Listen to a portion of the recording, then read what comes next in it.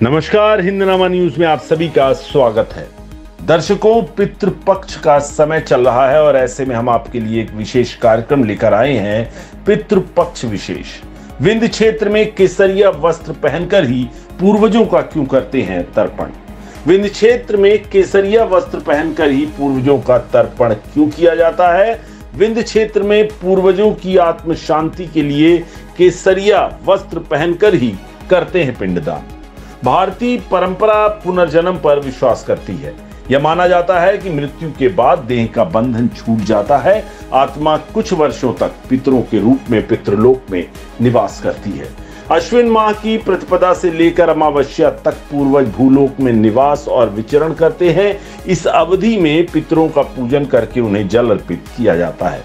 इस प्रक्रिया द्वारा हम अपने पूर्वजों के ऋण से मुक्ति पाते हैं। इसी अवधि में विंध्य के अधिकतर निवासी केसरिया वस्त्र पहनकर गया जी में पितरों का अंतिम रूप से श्राद्ध और तर्पण करते हैं। तो वहीं गया में पिता, चाचा, दादा, परदादा आदि का पिंडदान किया जाता है। माता, दादी, परदादी आदि का भी पिंडदान बद्रीनारायण धाम में ब्रह्म कपाल में होता है, जिसके लिए पितृपक्ष की बाध्यता नहीं है।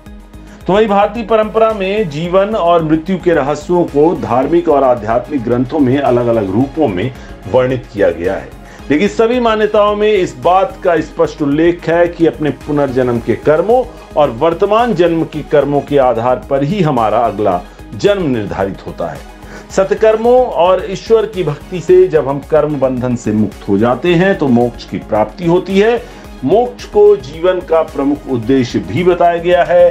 तो वही मृत्यु और अगला जन्म होने के बीच का समय जीवात्मा पितर के रूप में बिताती है। उसे मुक्त करने के लिए पितृपक्ष में जीवात्मा के वंशज गया जी जाकर पिंडदान करते हैं। प्रथम पिंडदान पुनपुन नदी के किनारे किया जाता है, जिसके बाद विष्णुपद मंदिर के सामने फाल्गु नदी पर पिंडदान होता है। इसके बाद सूर्य कुंड में पिंडदान किया जाता है।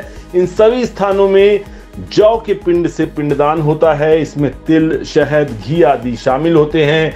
इनके 17 छोटे छोटे पिंड बनाकर इनकी विधिवत पूजा की जाती है। अपने पूर्वजों का नाम लेकर उनका तर्पण किया जाता है।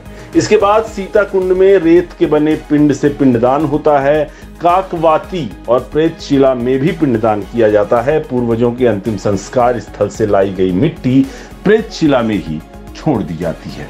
अंतिम पिंडदान ब्रह्म सरोवर में किया जाता है। यहाँ पर खोवे मावा से पिंडदान किया जाता है। इसके बाद पिंडदान करने वाले ब्रह्म सरोवर में स्नान करके केसरिया वस्त्रों का वहीं पर त्याग कर देते हैं, जिसके साथ ही विंध्यवासियों द्वारा परंपरागत रूप से श्राद्ध पक्ष में किए जाने वाले पिंडदान की प्रक्रिया पूरी होती है।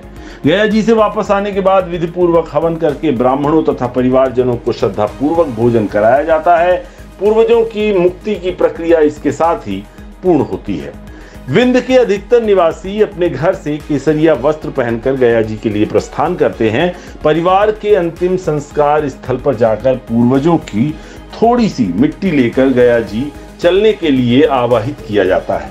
परिवारजन पुष्पमालाओं तथा शंख घड़ियाल के साथ पितरों को गया जी के लिए विदा करते हैं। केसरिया वस्त्र दरअसल त्याग का प्रतीक है, इसीलिए केसरिया वस्त्र पहनकर ही गया जी जाने की मान्यता है, प्रचलन में है। हम अपने पूर्वजों का पिंडदान और तर्पण करके उनका मृत्युलोक और पितृलोक से त्याग करते हैं। संभवतः इसीलिए विंध्यवासी केसरिया वस्त्र पहनकर गया जी जाते हैं।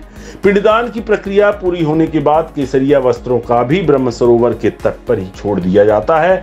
शरीर का त्याग करने के बाद आत्मा कहाँ जाती है, इस संबंध में पूरे विश्वास के साथ कुछ भी कहना मुश्किल है, लेकिन हिंदू मान्यताओं के अनुसार पितृपक्ष के 15 दिवस ऐसे होते हैं जब हर व्यक्ति अपने पूर्वजों को याद करता है, उनकी स्मृति में दान पुण्य करता है, ब्राह्मणों तथा गरीबों को भोजन कराता है।